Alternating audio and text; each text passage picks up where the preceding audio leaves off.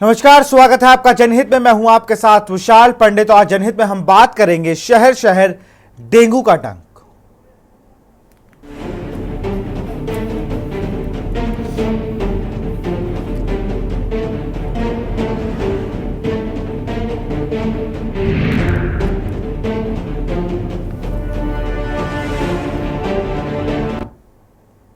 UP में dengue का shock syndrome जानलेवा हो रहा है। लखनऊ में डेंगू के मरीज बढ़ रहे हैं। 3 मौत होने के बाद अस्पतालों को अलर्ट पर रहने के निर्देश दिए गए। वहीं डेंगू मरीजों की संख्या लगातार बढ़ती जा रही है। लखनऊ समेत आगरा, अमरोहा, मेरठ के कई शहरों में डेंगू मरीजों की संख्या लगातार बढ़ रही है। डेंगू मच्छर लोगों के लिए आफत बन गया है। बीते 24 घंटे में शहर शहर लोगों को डेंगू का डंक लग रहा है। एंटी लार्वा और फॉगिंग के बावजूद मच्छर मर नहीं रहे। सवाल यह है कि मच्छरों के डंक से जान कैसे बचाए। शहर शहर बढ़ रहे डेंगू मलेरिया के मरीजों की संख्या को कैसे काबू किया जाए।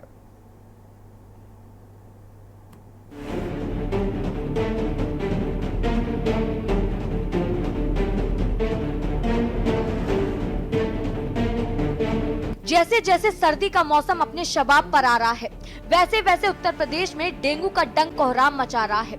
एक मच्छर के डंक से यूपी के कई शहर कांप रहे हैं। लोग बेहाल हैं और जिम्मेदार कागजों पर मच्छर मार रहे हैं। डेंगू का डंक राजधानी लखनऊ को चुभते हुए अमरोहा, मेरठ, गाजियाबाद और ताजनगरी, आगरा तक पहुंच चुका है। लेकिन यूपी स्वास्थ्य महकमे के कानों में जू नहीं रेंग रही है। डेंगू के डंक से राजधानी लखनऊ में एक मासूम की मौत हो गई। बीते अक्टूबर में भी डेंगू के डंक से मौतें हुई थी, लेकिन लगता है कि जिम्मेदारों का इन मौतों का कोई दर्द नहीं है। राजधानी लखनऊ में डेंगू का खतरा अब चरम पर पहुंच चुका है। लखनऊ में डेंगू के 44 नए मरीज मिले। शहर के 20% हिस्सों में फॉगिंग ही नहीं हुई। डेंगू मलेरिया के मरीजों की अस्पतालों में भीड़ है। मच्छर जनित स्थितियां मिलने पर सीएमओ की बनाई टीमों ने 4 लोगों को नोटिस दिया है। लखनऊ के इधर दूसरे शहर अमरोहा की बात करें तो यहाँ मच्छरों का आतंक लोगों की जान पर भारी पड़ रहा है। पूरे अमरोहा शहर में डेंगू का बुखार हाहाकार मचाया हुआ है। 17 बुखार के मरीज सहित 65 वर्षीय महिला भी डेंगू पॉजिटिव मिली। 34 मलेरिया आशंकित मरीजों की जांच कराई जा रही है। अब तक जिले में डेंगू के 44 मरीज मिल चुके हैं। डेंगू के मरीजों की संख्या लगातार बढ़ने से मचा स्वास्थ्य विभाग में हड़कंप मचा हुआ है। आलम यह है कि जिला अस्पताल में सुबह 8 बजे से ही लंबी लाइन लगने लगती है। अमरोहा जिले के अलग अलग स्थान पर डेंगू के मरीज मिलने से लोग परेशान हैं। ताजनगरी, आगरा भी डेंगू के डंक से अछूत नहीं रही। 3 बच्चों समेत 11 नए डेंगू के मरीज मिले। बीते 10 दिनों में डेंगू के 35 और मलेरिया के 2 मरीज मिले। 2 की हालत खराब होने पर इलाज के लिए अस्पताल में भर्ती कराया गया। जिले में डेंगू के 133 मरीज, मलेरिया के 33, चिकनगुनिया के 3 मरीज हैं। तेज बुखार, बदन दर्द बढ़ने के बाद सभी को अस्पताल में भर्ती कराया गया। गाजियाबाद में भी स्वास्थ्य विभाग ने डेंगू के 6 नए मरीज मिलने की पुष्टि की। नए मरीज में 3 बच्चे भी शामिल हैं। अब तक जिले में मलेरिया के 23 मामले भी सामने आए हैं। शहरी क्षेत्रों में डेंगू, मलेरिया, चिकनगुनिया मरीजों के मिलने से स्वास्थ्य विभाग के कामों पर सवाल उठ रहा है। मेट्रो सिटी में अब मरीजों की संख्या बढ़ रही है। इससे अब लोगों की चिंताएं भी बढ़ रही हैं। सर्दी की दस्तक के साथ मच्छरों का आमद बढ़ रही है। ऐसे में सवाल है, अब डेंगू के डंक से कैसे बचा जाए। प्रशासन की तरफ से फॉगिंग का काम जारी है, लेकिन मच्छर है कि खत्म होने का नाम नहीं ले रहे। एंटी लार्वा का छिड़काव भी काम नहीं आ रहा। सवाल है, आखिर डेंगू के डंक से निजात कब मिलेगा। विनीत शर्मा, स्पेशल डेस्क, के न्यूज इंडिया।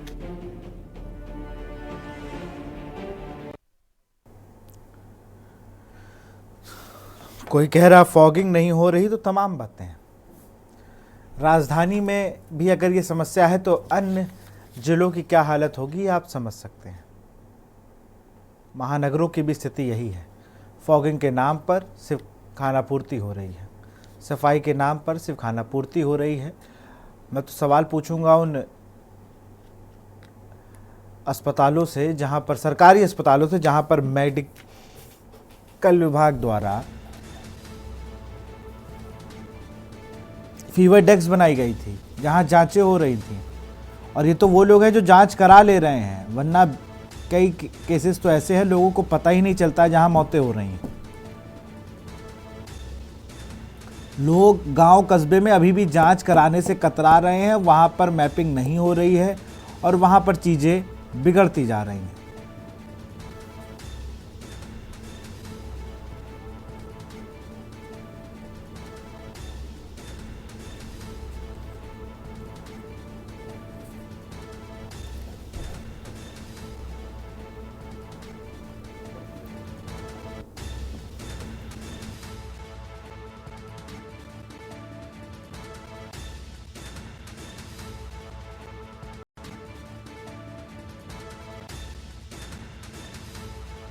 इसी पे एक खास पैनल में हमारे साथ जुड़ा है राजू शर्मा मेरठ से हमारे संवाददाता, अनिकेत तिवारी हमारी राजधानी लखनऊ संवाददाता है, जैन चौहान संवाददाता आगरा हमारे साथ जुड़े, जयवीर मावी संवाददाता गाजियाबाद, सीरप चौधरी संवाददाता अमरोहा से हैं।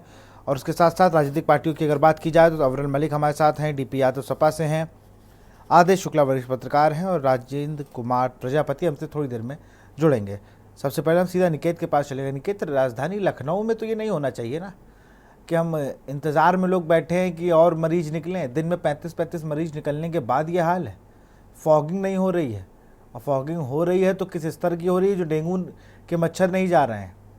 नालों की सफाई हो रही है, गंदगी का अंबार जो लगने की बात कही जा रही थी वो हट रहा है क्या, और लोगों को जिस तरीके से जागरूक करना चाहिए वैसे कर रही है क्या वहाँ की नगर निगम और स्वास्थ्य विभाग की टीम? अनिकेत, अनम्यूट कर लीजिए अनिकेत।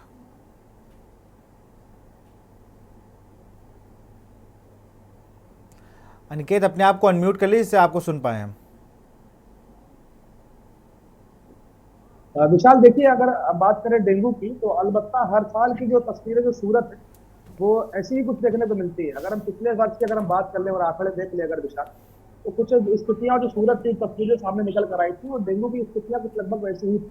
और आज 2024 का ये वर्ष है और नवंबर का ये माह है, और बताया भी जाता है, डॉक्टर तमाम जो एक्सपर्ट्स हैं वो ये बताते हैं विशाल कि जो डेंगू के जो मरीज हैं, या डेंगू का अगर हम बात करें तो जो मच्छर है वो कहीं ना कहीं इस मौसम में कहीं ना कहीं बड़ी तेजी से पनपते हैं, क्योंकि साफ तौर पर मौसम में कहीं ना कहीं परिवर्तन देखने को मिलता है। और इस मौसम परिवर्तन के साथ साथ जो लगातार तमाम जो अलग जो वायरस है वो कहीं ना कहीं विशाल एक्टिव हो जाते हैं। हालांकि अगर बात करें तो स्वास्थ्य विभाग की तरफ से लगातार जरूर एडवाइजरी जारी की जाती है, लोगों से अपील की जाती है और जन सहभागिता की बात लगातार विभाग करता है।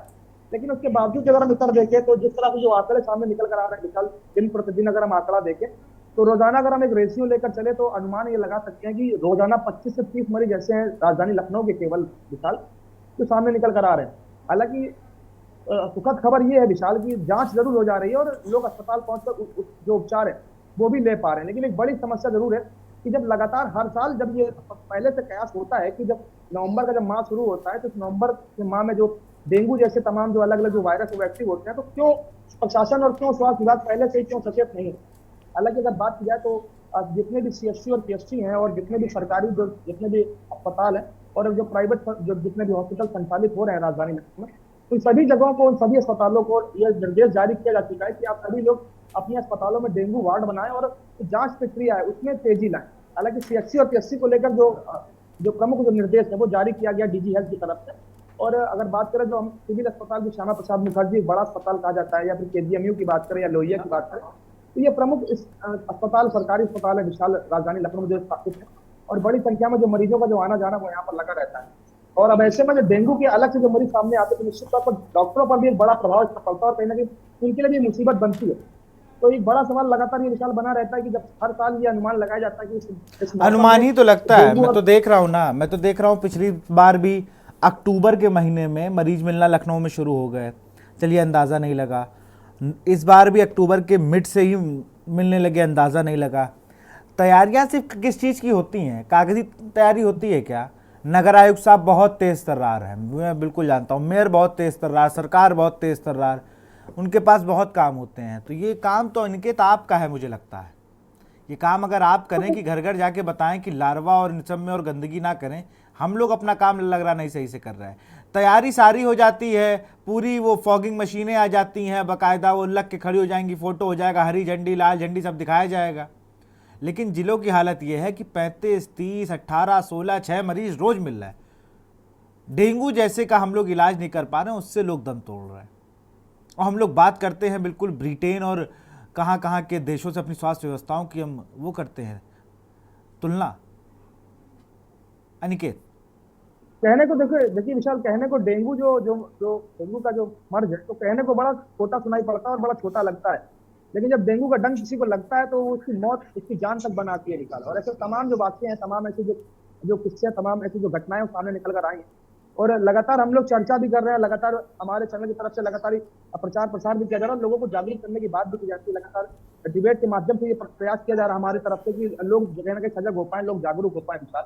लेकिन जो प्रथम जागरूकता लाने का जो प्रयास, वो कहने का बिल्कुल। देखिए, जैसे आगरा की स्थिति है विशाल, उसी तरीके से मेरठ की भी स्थिति है। मेरठ में भी बड़े जो दिशा निर्देश है वो फाइलों में जारी किए जा रहे हैं, फॉगिंग के बड़े बड़े आदेश दिए जा रहे हैं। बड़ा बजट जो है वो मच्छरों को मारने के लिए नगर निगम के द्वारा जारी किया गया है, ताकि जो मच्छर है उन्हें मार दिया जाए, और जो डेंगू का डंक है उससे आम जनता जो परेशान है उसे कहीं ना कहीं बचा लिया जाए। लेकिन ये सभी जो काम हो रहे हैं फिलहाल फाइलों में हो रहे हैं। धरातल पर जो काम नगर निगम को करना चाहिए आम जनता के स्वास्थ्य को लेकर, वो करते हुए नजर नहीं आ रहे। केवल फाइलों में दिशा निर्देश और बजट जो खपाने का काम है वो किया जा रहा है। धरातल कहीं भी मेरठ नगर निगम के जो अधिकारी है वो नजर आने को तैयार नहीं है। ना ही फॉगिंग की जो व्यवस्था होनी चाहिए गली मोहल्लों में और नालियों और नालों में जो फॉगिंग की जानी चाहिए, ताकि जो मच्छर है वो मर जाए और आम जनता जो डेंगू के डंक से परेशान है वो ना हो सके। अब तक मेरठ की अगर बात करें तो मेरठ में 1 दर्जन से अधिक डेंगू के जो मरीज है वो अस्पतालों में भर्ती हो चुके हैं।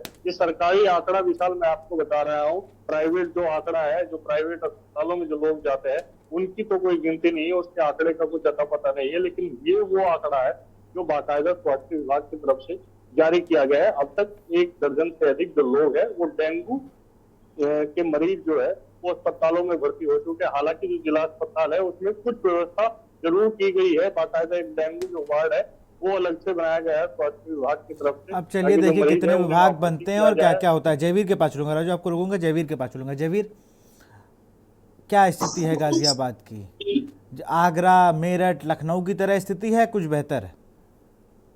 साल अगर हम गाजियाबाद की बात करें तो गाजियाबाद भी इन सब चीज नहीं है। जैसे हालात लखनऊ की बात करें, आगरा की बात करें, मेरठ की बात करें, गाजियाबाद के हालत भी बद से बदतर है। यहाँ पर अभी तक अगर सरकारी आंकड़ों की बात करें तो 164 मरीजों का आंकड़ा स्वास्थ्य विभाग के द्वारा दिया गया, जिसमें से 6 अभी अस्पताल में भर्ती है, जिनमें बच्चा जो 5 छह वाला बच्चा है वो भी डेंगू का मरीज है। ऐसे में सवाल उठता है कि जो आंकड़े, क्योंकि गाजियाबाद की बात करें या तमाम जगह पर जो जिलाधिकारी है उन्हें निर्देश दिया गया है, जो अधिकारी है, कि स्वास्थ्य विभाग के माध्यम से ही आंकड़े जारी किए जाएंगे, उसके अलावा आंकड़े जारी नहीं किए जाएंगे। तो जो आंकड़े सरकारी हैं वो 164 थे, लेकिन अगर हम उसके अलावा बात करें तो उसके अलावा बहुत खराब स्थिति गाजियाबाद की दावा करता है कि गाजियाबाद में जो डेंगू है वो उससे कोई मौत नहीं हुई है। केवल 1 मौत की पुष्टि गाजियाबाद पर जो स्वास्थ्य विभाग उसके द्वारा की गई थी। और मैं आपको बता दूं कि अगर हम बड़ी स्क्रीन पर दिखा पाए तो शायद ज्यादा। चलिए जयवीर, आपको रोकूंगे, इसी भी सीधे दर्शकों को। अच्छा, अमरोहा के से सीरप चौधरी हमारे साथ जुड़े हुए हैं। सीरप, अमरोहा की स्थिति बताइए। अनम्यूट कर लीजिए सीरप अपने आप को। जी बिल्कुल, बता दें, जैसी तस्वीरें मेरठ से, आगरा से, लखनऊ से निकल के आई हैं, सेम ऐसी ही कंडीशन जो है वो अमरोहा में देखने को मिल रही है। आज जो उत्तर प्रदेश के डिप्टी सीएम है उनका भी दौरा था यहाँ पर, और वो स्वास्थ्य मंत्री भी हैं।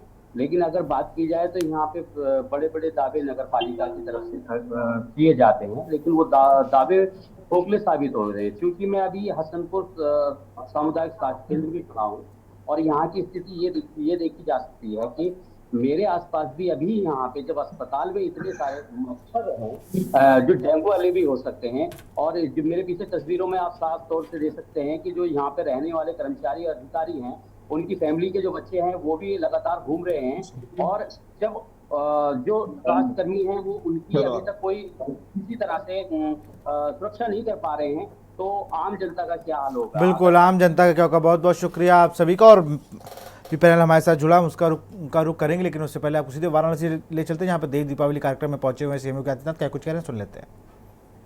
पहले यहाँ पर गंगा जी का जल आचमन तो दूर, स्नान के लायक भी विशेषज्ञ नहीं ठहराते थे, कहते थे कि नहीं, खतरनाक लेवल तक प्रदूषण पहुंच चुका है।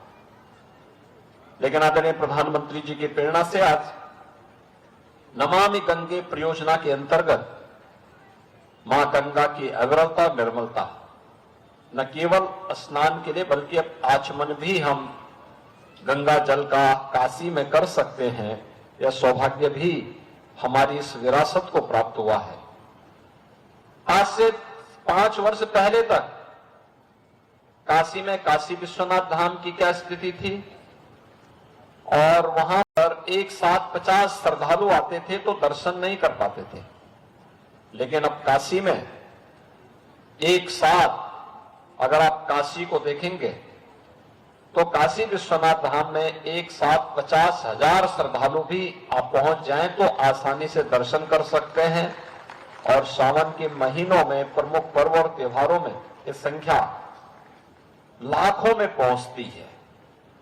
सुगम दर्शन भी है, आध्यात्मिक अनुभव भी है, और काशी को न केवल अपनी विरासत के साथ बल्कि विकास की एक नई धारा के साथ जोड़ते हुए आज एक नए कलेवर के रूप में वैश्विक मंच पर स्थापित करने का काम भी आज आदरणीय प्रधानमंत्री जी के मार्गदर्शन में, उनके नेतृत्व में काशी वासियों ने इसे अपनी आंखों से देखा है। काशी में अनगिनत कार्य हुए हैं। यहाँ के इंफ्रास्ट्रक्चर का कार्य हो, देश का पहला वाटरवे जो काशी से ही हल्दिया तक जा रहा है, इसी घाट के बगल में कुछ ही दूरी पर ये यहां से वाटरवे नंबर 1 प्रारंभ हो जाता है।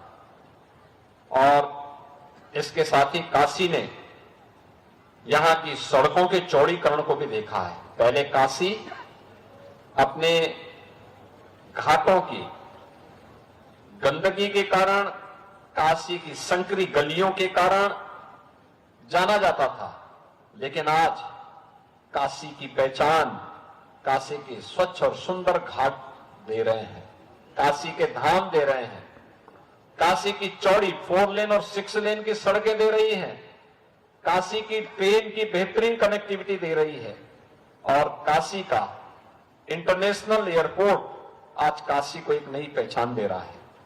उन स्थितियों में ये देश के सबसे बड़े घाट का, जिसे नमो घाट के रूप में यहां पर संबोधित किया जा रहा है, काशीवासी और देश के आम जन के मुंह से इस घाट के बारे में नाम निकलता है कि नरेंद्र मोदी घाट, यानी मोदी जी के विजन को जमीनी धरातल पर उतार करके नमो घाट का जो भव्य स्वरूप बना है, सबसे बड़ा घाट, और एक घाट ही नहीं है, यानी स्नान घाट भी है। इसी घाट के ऊपर एक कार्यक्रम हम लोग कर रहे हैं, और जैसे कि माननीय पुरी जी बोल रहे थे, एक घाट के बनने के पहले पूरा क्षेत्र कच्चा था, गंदगी थी, अंधेरा रहता था, लोग आने से डरते थे। लेकिन अब सबसे सुंदर घाट, सबसे बड़ा घाट, सबसे लंबा घाट, इसमें कार्यक्रम भी होंगे। इससे पहले भी कुछ कार्यक्रम हुए हैं, G20 के अनेक कार्यक्रम यहां पर हुए हैं।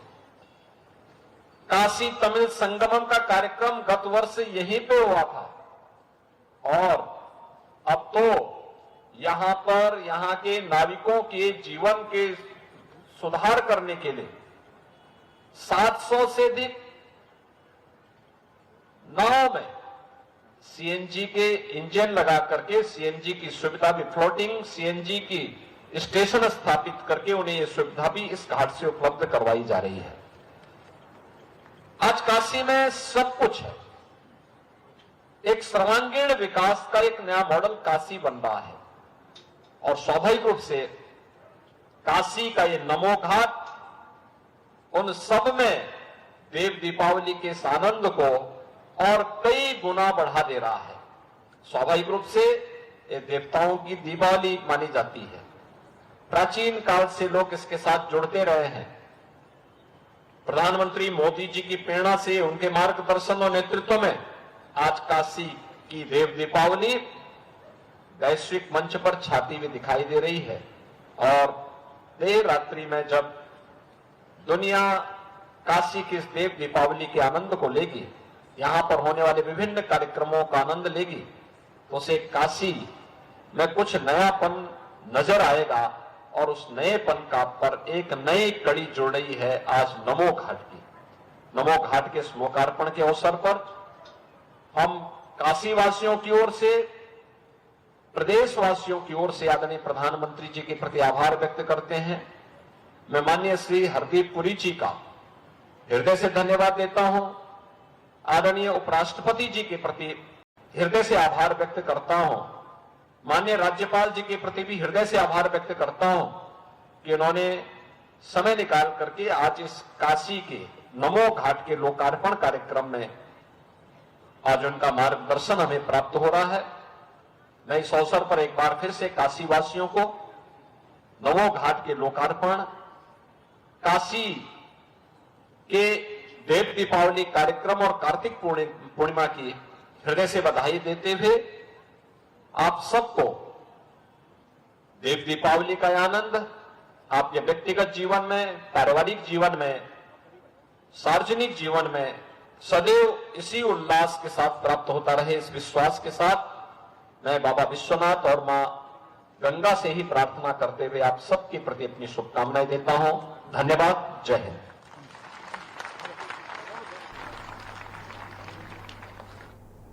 और यहाँ रुकते एक छोटे से ब्रेक के लिए।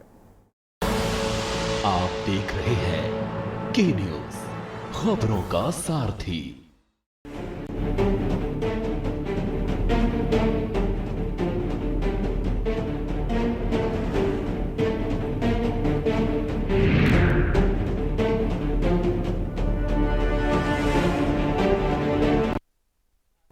ब्रेक के बाद आपका स्वागत है। अब हमारे साथ एक पैनल और जुड़ चुका है। अविरल मलिक हैं, बीजेपी प्रवक्ता, हमारे साथ डीपी यादव हैं, सपा प्रवक्ता, आदेश शुक्ला हैं, वरिष्ठ पत्रकार। सबसे पहले अविरल जी, आप ही के पास चलूँगा। आप बार बार ये आपकी सरकार कहती है कि सब काम अच्छा हो रहा है, आप भी कहोगे निश्चित तौर पर हमारी सरकार बहुत अच्छा काम कर रही है, लेकिन हमारे जो संवाददाताओं ने हाल ही स्थिति बताई वो तो कुछ और ही है। जी नहीं, देखिए आदरणीय विशाल जी, जहां तक विषय है जमीनी स्तर का और जमीनी स्थिति का, तो भारतीय जनता पार्टी निश्चित रूप से हमेशा चिंतित रहती है कि ग्राउंड की जो सिचुएशन है उसमें परिवर्तन लाया जाए, और हम लाए हैं, सफलता पूर्वक लाए हैं जमीनी स्तर पर परिवर्तन। और अगर हेल्थ सेक्टर की बात की जाए तो चाहे अवेयरनेस की बात हो, जागरूकता फैलाने का विषय हो, या फिर जिस प्रकार से डेंगू का विषय है, निश्चित रूप से दुखद है और बहुत ही खतरनाक एक प्रकार से बीमारी है। उससे बचने के लिए किस प्रकार से लोगों को, जनता को जागरूक करना चाहिए, उस विषय में जो कदम उठाए जाने चाहिए वो निश्चित उठाए जाते हैं, चाहे मीडिया के माध्यम से हो, एडवर्टाइजमेंट्स के माध्यम से हो, या जमीनी स्तर पर जाकर जो एक प्रकार से अधिकारी कर्मचारी हैं उनके द्वारा उठाए जाते हैं। तो देखने वाली बात है। लेकिन जहां तक विषय है इस विषय पर राजनीति का, तो निश्चित रूप से अब समाजवादी पार्टी के प्रवक्ता के रूप में यहाँ मौजूद हैं यादव जी, तो इस विषय पर भी ये राजनीति कर देंगे, मेरा पूरा। अरे आप मूल बातों का जवाब दीजिए ना, आप इधर उनका आप क्यों ठेका ले रहे हैं? आप अपनी बात करिए। मैंने पूछा ना, ये जो हाली स्थिति है लखनऊ, मेरठ, गाजियाबाद, अमरोहा, जी यहाँ की बात विशाल जी, जहां तक विषय है स्थिति का, जिस प्रकार से आपने प्रश्न किया, तो बिल्कुल सही बात है। और जो भी दोषी अधिकारी होते हैं, कर्मचारी होते हैं, जिनके द्वारा ढिलाई बरतने का कार्य किया जाता है, उनके ऊपर कठोरतम कार्रवाई हमारी सरकार करती है। माननीय मुख्यमंत्री आदरणीय योगी आदित्यनाथ जी महाराज की सरकार करती है, करती रही है और भविष्य में भी करती रहेगी। जहां तक विषय है, इस विषय को संज्ञान में लाने का आपको मैं धन्यवाद करना चाहूंगा, आपकी पूरी टीम का, के न्यूज का आभार प्रकट करना चाहूंगा कि टेलीविजन चैनल के माध्यम से आपने जनता के मध्य में इस विषय को उठाया और एक प्रकार से इस मुद्दे पर, मुख्य मुद्दे पर डिबेट कराने का कार्य किया। इसके लिए आप आभारी हैं। लेकिन जहां तक सरकार की मंशा का सवाल है, सरकार यही चाहती है कि स्थितियां सामान्य रहे, बीमारी किसी प्रकार से ना फैलने पाए। और उसके साथ साथ जहां तक विषय है स्वास्थ्य विभाग का, स्वास्थ्य विभाग पूर्ण रूप से, स्वास्थ्य मंत्रालय उत्तर प्रदेश का पूर्ण रूप से जनता को समर्पित होकर निरंतर कार्य करता है, वो भी सबने देखा है। और हम यही चाहते हैं कि किसी प्रकार से डेंगू उत्तर प्रदेश में ना फैले, किसी प्रकार की बीमारी उत्तर प्रदेश में ना फैले। स्वच्छ भारत, स्वस्थ भारत, स्वच्छ उत्तर प्रदेश, स्वस्थ उत्तर प्रदेश की हम कामना करते हैं और इस आधार पर चलने का कार्य करते हैं। बिल्कुल, जवाब अभी भी हमें नहीं मिला है। आप अपनी तरफ से जवाब उसको मान रहे हैं तो मैं नहीं मानता। मैं डीपी यादव के पास चलूंगा। डीपी यादव जी डीपी यादव जी, जी आप आ रही है। सर्वप्रथम तो मैं आपको और आपके टीम को बधाई देना चाहता हूँ कि आपने पर कहीं न कहीं डिबेट करने का साहस किया है। जहाँ आज मीडिया वाले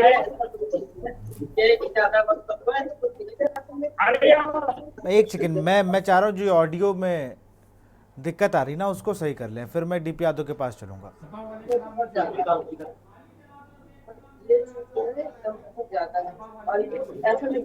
अन्य जो लोग जुड़े हैं अगर वो मेरी बात सुन रहे हो ना तो अपने आप को म्यूट कर लें, क्योंकि आपकी शोर से हम और किसी की बात नहीं सुन पा रहे हैं।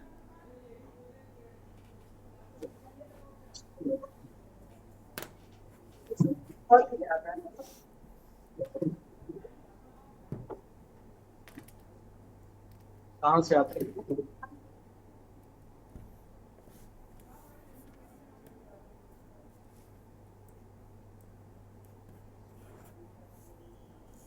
चलिए डीपी यादव जी, अब आपको आवाज आवाज आ रही है? हाँ बिल्कुल आ रही है। जी तो राजेश जी, मैं विशाल जी, मैं ये कह रहा था कि मैं आपको और आपकी पूरी टीम को धन्यवाद देता हूं कि आपने इस मूलभूत मुद्दे पर कहीं ना कहीं डिबेट कराने का साहस किया। अरे आपकी पार्टियां भूल जाती है, राजनीतिक पार्टियां भूल जाती है, लेकिन हम हमेशा मूल मुद्दों को ही उठाते हैं, मूल मुद्दों की ही बात करते हैं। बिल्कुल बिल्कुल बिल्कुल बिल्कुल बिल्कुल। तो देखिए राजेश जी, अभी आपके संवाददाताओं ने जो उत्तर प्रदेश के कोने कोने से कई दिनों से जुड़े हुए थे, उन्होंने जो है पूरी तस्वीर खोल करके रख दी है। अब हमें बताने के लिए कुछ भी पर्याप्त नहीं है। हमारे भारतीय जनता पार्टी के मित्र अभी कहेंगे कि हम राजनीति कर रहे हैं, लेकिन इन्होंने देखा होगा, चाहे आगरा की बात हो, चाहे आपके लखनऊ शहर की जो राजधानी है उत्तर प्रदेश की, यहाँ पर जिस प्रकार से अनिकेत तिवारी जी ने बताया कि साफ सफाई की व्यवस्था क्या है, अस्पतालों में व्यवस्था क्या है। देखिए कल कितना दुखद और दुर्भाग्यपूर्ण एक घटना होती है कि यही लखनऊ में बलरामपुर हॉस्पिटल में एक बच्चा जो डेंगू से पीड़ित था, उसको एक आया के द्वारा इंजेक्शन लगा दिया गया। आप बताइए कितनी दुखद और दुर्भाग्यपूर्ण घटना है ये। क्या आया को यह अधिकार है कि वो किसी को इंजेक्शन लगा सके, जिसके जिम्मे और दूसरा काम है? तो कहीं से भी उत्तर प्रदेश में स्वास्थ्य व्यवस्थाएं ठीक नहीं है। उत्तर प्रदेश की स्वास्थ्य व्यवस्था बिल्कुल भगवान के भरोसे हो गई है। और मैं तो ये कहूं कि स्वयं उत्तर प्रदेश की स्वास्थ्य व्यवस्था आईसीयू में चली गई है, जिसको स्वयं इलाज की जरूरत है। आज देखिए उत्तर प्रदेश में तमाम पद खाली हैं, अस्पतालों में मूलभूत दवाइयां नहीं उपलब्ध हो पा रही है, स्टाफ नहीं उपलब्ध हो पा रहा है, पैरामेडिकल स्टाफ के तमाम पद खाली है, लेकिन सरकार उनको भरने का काम नहीं कर रही है। आप देखिए डेंगू के प्रति जिस प्रकार से उठाए जाने चाहिए वो निश्चित उठाए जाते हैं, चाहे मीडिया के माध्यम से हो, एडवर्टाइजमेंट्स के माध्यम से हो, या जमीनी स्तर पर जाकर जो एक प्रकार से अधिकारी कर्मचारी हैं उनके द्वारा उठाए जाते हैं, तो देखने वाली बात है। लेकिन जहां तक विषय है इस विषय पर राजनीति का, तो निश्चित रूप से अब समाजवादी पार्टी के प्रवक्ता के रूप में यहाँ मौजूद हैं यादव जी, तो इस विषय पर भी ये राजनीति कर देंगे, मेरा पूरा। अरे आप मूल बातों का जवाब दीजिए ना, आप इधर उनका आप क्यों ठेका ले रहे हैं? आप अपनी बात करिए। मैंने पूछा ना, ये जो हाली स्थिति है लखनऊ, मेरठ, गाजियाबाद, अमरोहा, जी यहाँ की बात विशाल जी, जहां तक विषय है स्थिति का, जिस प्रकार से आपने प्रश्न किया, तो बिल्कुल सही बात है। और जो भी दोषी अधिकारी होते हैं, कर्मचारी होते हैं, जिनके द्वारा ढिलाई बरतने का कार्य किया जाता है, उनके ऊपर कठोरतम कार्रवाई हमारी सरकार करती है। माननीय मुख्यमंत्री आदरणीय योगी आदित्यनाथ जी महाराज की सरकार करती है, करती रही है और भविष्य में भी करती रहेगी। जहां तक विषय है, इस विषय को संज्ञान में लाने का आपको मैं धन्यवाद करना चाहूंगा, आपकी पूरी टीम का, के न्यूज का आभार प्रकट करना चाहूंगा कि टेलीविजन चैनल के माध्यम से आपने जनता के मध्य में इस विषय को उठाया और एक प्रकार से इस मुद्दे पर, मुख्य मुद्दे पर डिबेट कराने का कार्य किया। इसके लिए आप आभारी हैं। लेकिन जहां तक सरकार की मंशा का सवाल है, सरकार यही चाहती है कि स्थितियां सामान्य रहे, बीमारी किसी प्रकार से ना फैलने पाए। और उसके साथ साथ जहां तक विषय है स्वास्थ्य विभाग का, स्वास्थ्य विभाग पूर्ण रूप से, स्वास्थ्य मंत्रालय उत्तर प्रदेश का पूर्ण रूप से जनता को समर्पित होकर निरंतर कार्य करता है, वो भी सबने देखा है। और हम यही चाहते हैं कि किसी प्रकार से डेंगू उत्तर प्रदेश में ना फैले, किसी प्रकार की बीमारी उत्तर प्रदेश में ना फैले।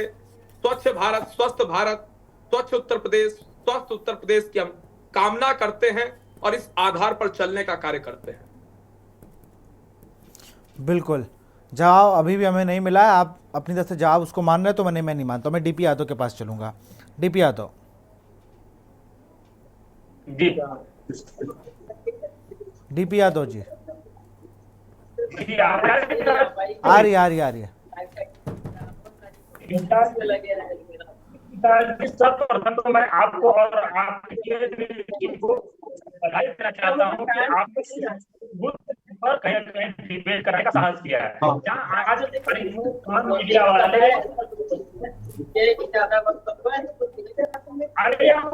एक सेकंड, मैं चाह रहा हूँ जो ऑडियो में दिक्कत आ रही ना उसको सही कर लें, फिर मैं डीपी यादव के पास चलूंगा।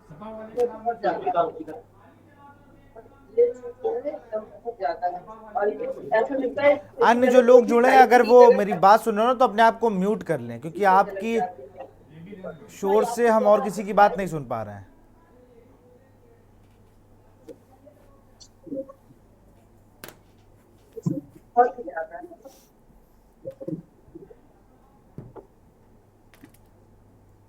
कहाँ से आते हैं?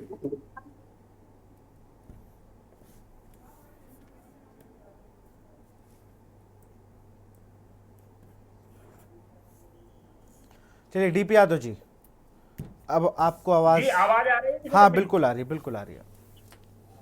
जी तो राजेश जी, मैं विशाल जी, मैं ये कह रहा था कि मैं आपको और आपकी पूरी टीम को धन्यवाद देता हूं कि आपने इस मूलभूत मुद्दे पर कहीं ना कहीं डिबेट कराने का साहस किया। अरे आपकी पार्टियां भूल जाती है, राजनीतिक पार्टियां भूल जाती है, लेकिन हम हमेशा मूल मुद्दों को ही उठाते हैं, मूल मुद्दों की ही बात करते हैं। बिल्कुल बिल्कुल बिल्कुल बिल्कुल बिल्कुल। तो देखिए राजेश जी, अभी आपके संवाददाताओं ने जो उत्तर प्रदेश के कोने कोने से कई दिनों से जुड़े हुए थे, उन्होंने जो है पूरी तस्वीर खोल करके रख दी है। अब हमें बताने के लिए कुछ भी पर्याप्त नहीं है। हमारे भारतीय जनता पार्टी के मित्र अभी कहेंगे कि हम राजनीति कर रहे हैं, लेकिन इन्होंने देखा होगा, चाहे आगरा की बात हो, चाहे आपके लखनऊ शहर की जो राजधानी है उत्तर प्रदेश की, यहाँ पर जिस प्रकार से अनिकेत तिवारी जी ने बताया कि साफ सफाई की व्यवस्था क्या है, अस्पतालों में व्यवस्था क्या है। देखिए कल कितना दुखद और दुर्भाग्यपूर्ण एक घटना होती है कि यहीं लखनऊ में बलरामपुर हॉस्पिटल में एक बच्चा जो डेंगू से पीड़ित था, उसको एक आया के द्वारा इंजेक्शन लगा दिया गया। आप बताइए कितनी दुखद और दुर्भाग्यपूर्ण घटना है ये। क्या आया को यह अधिकार है कि वो किसी को इंजेक्शन लगा सके, जिसके जिम्मे दूसरा काम है? तो कहीं से भी उत्तर प्रदेश में स्वास्थ्य व्यवस्थाएं ठीक नहीं है। उत्तर प्रदेश की स्वास्थ्य व्यवस्था बिल्कुल भगवान के भरोसे हो गई है। और मैं तो ये कहूं कि स्वयं उत्तर प्रदेश की स्वास्थ्य व्यवस्था आईसीयू में चली गई है, जिसको स्वयं इलाज की जरूरत है। आज देखिए उत्तर प्रदेश में तमाम पद खाली हैं, अस्पतालों में मूलभूत दवाइयां नहीं उपलब्ध हो पा रही है, स्टाफ नहीं उपलब्ध हो पा रहा है, पैरामेडिकल स्टाफ के तमाम पद खाली है, लेकिन सरकार उनको भरने का काम नहीं कर रही है। आप देखिए डेंगू के प्रति जिस प्रकार से जागरूक होना चाहिए, अक्टूबर आते आते सरकार को तमाम संचार माध्यमों से लोगों के अंदर जागरूकता फैलाने का काम करना चाहिए। आप मैं बताऊं, जहां मैं रहता हूं, मैं स्वयं एक लोक स्वास्थ्य विशेषज्ञ हूं और इसके प्रति लोगों को जागरूक करने का काम करता हूं।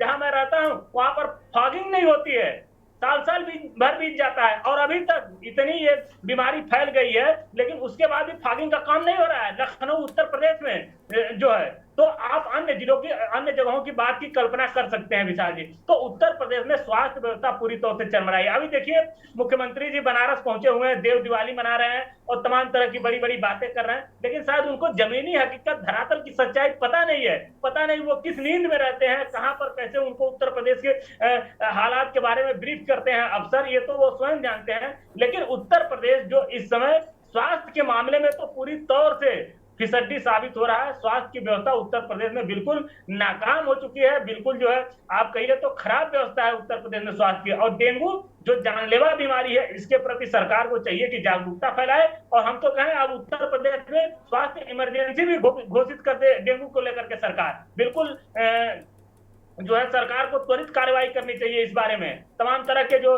प्राइवेट अस्पताल हैं उनकी भी सहायता लेनी चाहिए सरकार को, लेकिन सरकार सरकारी भरोसे ही रह रही है और पूरी पर्याप्त व्यवस्था नहीं है। इसमें बहुत ज्यादा कुछ कहने के लिए बचता नहीं, क्योंकि आपके पूरे जो संवाददाताओं ने इसको कहीं ना कहीं ब्रीफिंग दे दिया है। नहीं, मैं आपका जवाब दे देता हूँ। हाँ जी अविरल जी, जवाब दीजिए जी।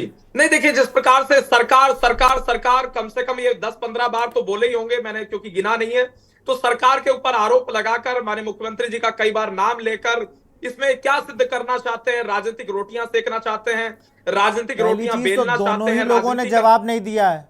वो कह रहे हैं मैं स्वास्थ्य प्रहरी हूं, मैं स्वास्थ्य के प्रति इसके प्रति सचेत करता हूं लोगों को, सचेत कर रहे हैं, उसके बाद ही फॉगिंग नहीं करा पा रहे हैं।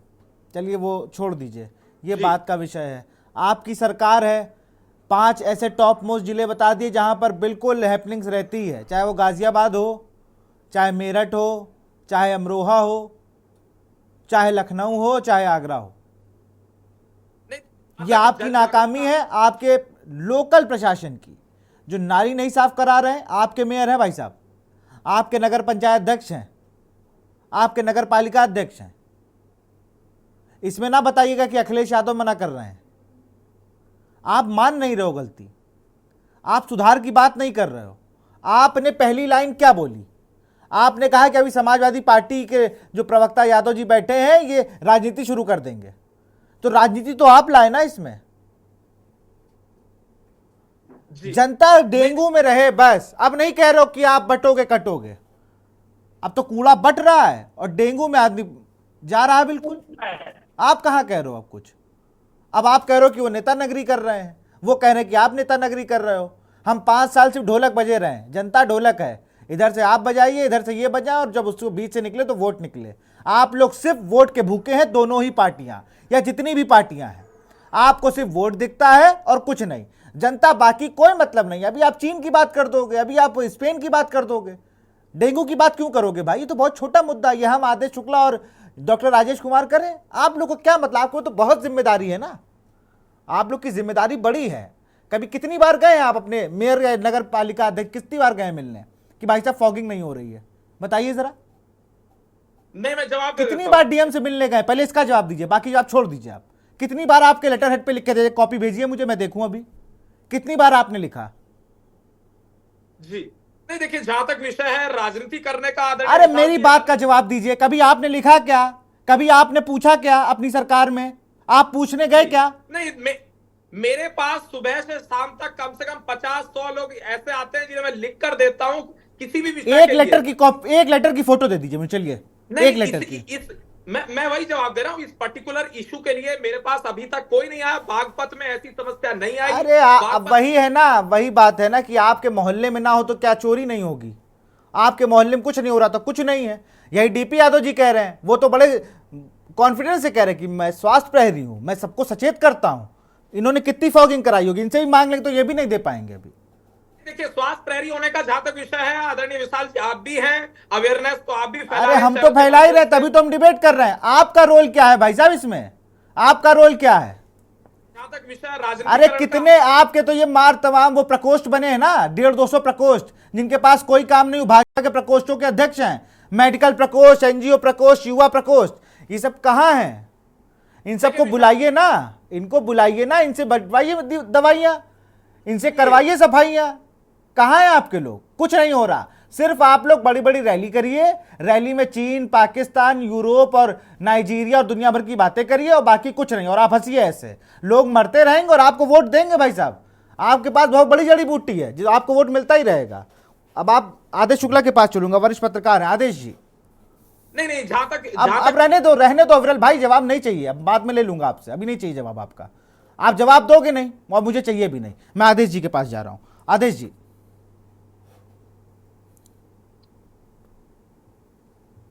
जी विशाल जी, जिस तरीके से आपने कहा डेंगू का मामला है, या तो हम चर्चा करें, या तो आप चर्चा करें, या डॉक्टर साहब चर्चा करें जी, 3 लोग चर्चा करें।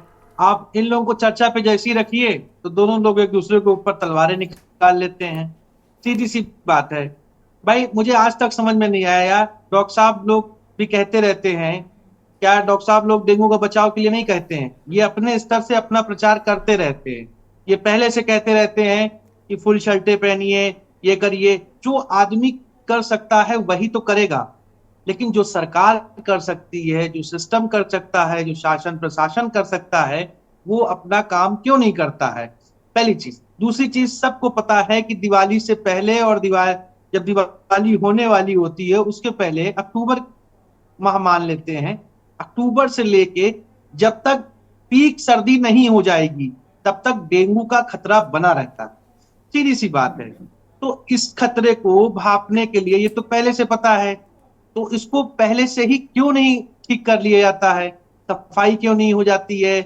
क्या कहते हैं, अच्छे से सिस्टम क्यों नहीं काम करने लगता है? सिस्टम का काम 2-3 महीने का करने का है। अब उसमें सिस्टम इतना लचर व्यवस्था करता है, जिसके लिए आप, उदाहरण आपके सामने ही है, लखनऊ हो, चाहे आपका कानपुर हो, चाहे कोई भी सिटी उठा के देख लीजिए, जैसे भी आपके यहाँ गाजियाबाद की स्थिति थी, तो कहीं ना कहीं डेंगू की स्थिति ऐसी है जिसको पहले से ही प्रशासन को पता होता है और प्रशासन सिर्फ फाइलों में ही अपना काम करता रहता है। वो फाइलें भी जाति का है, हम तो ये इससे परेशान रहते हैं तमाम वही मेरा वो फाइलें जाति कहाँ है?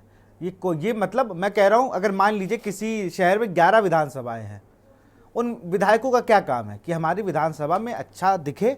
मैं सब पार्टियों की बात कर रहा हूँ, किसी एक पार्टी को नहीं कह रहा हूँ ना। आप मेयर का क्या काम है कि भाई मेरा शहर सुंदर रहेगा तो मुझे तसल्ली मिल जाएगी। पार्षदों का क्या काम है, मेरा वार्ड सुंदर रहेगा तो मुझे संतुष्टि मिल जाएगी। और उसके नीचे सफाई कर्मी वो कहें कि यार मेरा जो एरिया है, जो मुझको 200 मीटर का एरिया दिया गया, मैं इसको साफ रखूं बस, और लोगों से कूड़ा मत फैलाओ। अगर वो कूड़ा फैलाए तो चलानी कार्रवाई की पूरा इसमें दंड है ना, सब कर सकते हैं। लेकिन ये हो कहाँ रहा है? लेकिन अपनी जिम्मेदारी कोई उठाना नहीं चाहता है, काम वो कोई कह करना रहे नहीं हैं, चाहता है। वो विधायक कह रहे हैं कि भाई मैं क्या करूं, मैं तो आज ये फैला चुनाव में, क्योंकि भारत में चुनाव नहीं बंद होते, हर 2 महीने में चुनाव है, तो आज वो यहाँ ड्यूटी, आज उनकी वहाँ ड्यूटी, तो विधानसभा में समय कम है, उनके पीआरओ लेटर लिख के देते हैं। पार्षदों के पास काम क्या है कि इतनी ज़्यादा उनके ऊपर, सबसे ज़्यादा छोटी सरकारें जो हैं सबसे ज़्यादा बर्डन में वही हैं, उनके पास नाली देखने का टाइम नहीं है, जबकि पार्षदों का मूल काम नाली खड़ंजे का है। वो ये देखेंगे नहीं, उनको विधायक बनने के सपने हैं। कभी जिला अस्पताल की तरफ से ये नहीं कि अगर डॉक्टर साहब है कि चलिए आप कैंप लगा दीजिए, कभी अपनी तरफ से किसी नगर निगम ने किया हो तो मुझे बता दीजिएगा। राजेश कुमार जी के पास चलूंगा। सर, आप लोग, मुझे पता है जिस तरीके से आप लोग काम करते हैं, बाकायदा टेस्ट होंगे, लेकिन आपके पास सीमित संसाधन है। जो मूल काम होता है सूचना विभाग का, सबसे बड़ा काम, कि सूचना विभाग पहले से ही इन सब चीज़ों की होर्डिंग, बैनर, पोस्टर लगते हैं, तमाम और योजनाओं के लगते हैं। आपके यहाँ बाकायदा एक वो डेस्क बना दी गई थी, अभी मैं देख रहा था, फीवर डेस्क, जहाँ पर पर्टिकुलर बुखारों की ही जांच होनी थी। वो कितनी सक्सेस हुई भगवान जाने, उसका भी कोई प्रचार प्रसार नहीं हुआ। पहले मैं जब स्कूल में पढ़ता था, बाकायदा स्कूल में हर 45 दिन में कैंप लगता था, और जो दिक्कत होती बताई जाती थी। अब मुझे लगता है स्कूलों में कैंप भी नहीं लगता, ऑफिस में कैंप लगता था वो भी बंद हो गया, सरकारी दफ्तरों में कैंप लगता था वो भी बंद हो गया। तो जब हम छोटी छोटी चीज़ों को मर्ज करके सीधा जिला अस्पताल में पहुंच जाएंगे, यहाँ पहुंच जाएंगे, तो हम करेंगे क्या? हमारा क्योंकि नीचे का स्ट्रक्चर ही पूरा खराब है, सफाई हो नहीं रही है, नाले साफ हो नहीं रहे, और फिर हम राजेश कुमार प्रजापति से कहें कि आप इलाज नहीं कर रहे हैं, तो ये कहेंगे वाह भाई वाह, आप अपने स्तर से कुछ नहीं कर रहे हो, हमसे सब कुछ चाह रहे हो हम कर दें। राजेश जी।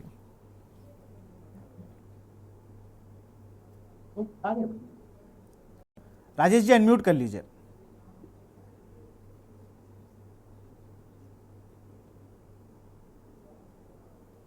हमने बोल दिया सब। हेलो जी। हेलो। हाँ, आपकी आवाज आ हाँ रही है। जी, विशाल जी आवाज आ रही है? जी जी जी। विशाल जी धन्यवाद आमंत्रित करने के लिए। वेक्टर बॉर्न डिजीज है जी, जिसका जो वायरस है NS1, NS2, NS3, ये मच्छर द्वारा फैलता है, खासकर एडीज ग्रुप के जो मच्छर होते हैं। डेंगू जी जो संचारी बीमारी होती है, इसके लिए हर साल विशाल जी सॉरी हर साल सरकार एक संचारी रोग अभियान चलाती है। हर साल उसका एक पखवाड़ा मनाया जाता है। एक महीने में विशेष तौर से जब वर्षा खत्म होती है, यानी कि जब बारिश का मौसम खत्म हो रहा होता है और शरद ऋतु का आगमन होने वाला होता है, तो ऐसे समय में जो संचारी रोग होते हैं, विशेषकर जो वेक्टर बॉर्न डिजीज है, खासकर हमारे जो नॉर्थ इंडिया में है, जहाँ पे हम लोग ये ट्रॉपिकल कंट्रीज में विशेषकर मच्छर द्वारा फैलने वाला, चाहे तो अब डेंगू बात कर लें, मलेरिया, चिकनगुनिया, इस प्रकार की बीमारियां फैलती रहती हैं। खास बात ये रहती है विशाल जी, मैं आपकी बात से पूरी तरह से संतुष्ट हूँ, जिस प्रकार से आपने कहा कि हर नगर निगम को पता होता है कि वेक्टर बॉर्न डिजीज को कंट्रोल करने के लिए नालियों की सफाई की जरूरत है, फॉगिंग की जरूरत है। अकेले लखनऊ नगर निगम का फॉगिंग का बजट सिर्फ डीजल का करीब 50 लाख का होता है, जहाँ तक मेरी जानकारी। लेकिन अगर आप बात करें कि प्रशासन की सजगता, देखिए डॉक्टर मरीज का इलाज कर सकता है।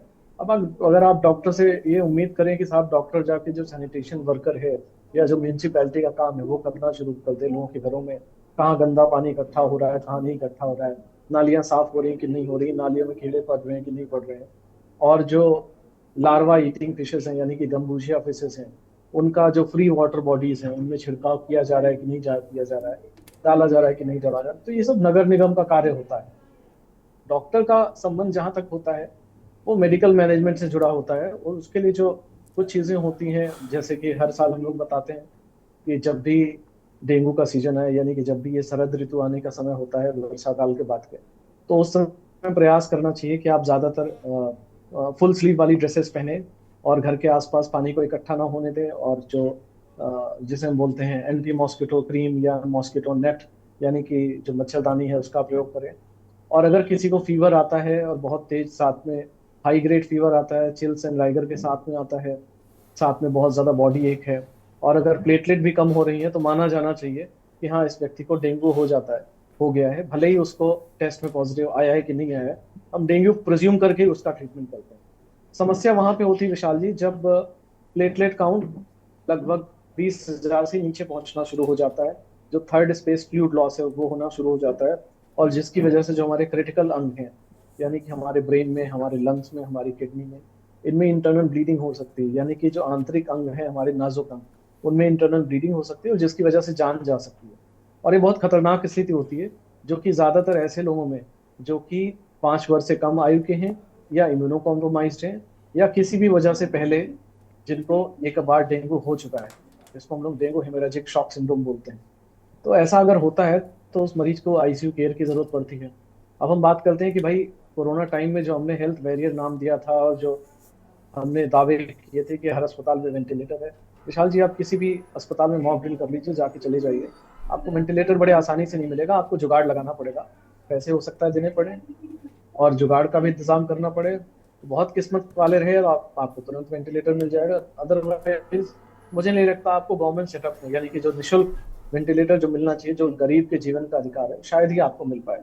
अविरल जी मेरी बात से हो सकता है शायद सहमत ना हो, क्योंकि उनकी किताबों में हर चीज गुलाबी है, और इस मौसम का जो मतलब ये जो स्वास्थ्य महकमा है इसका रंग बड़ा ही उनकी किताबों बड़ा खुशनुमा है।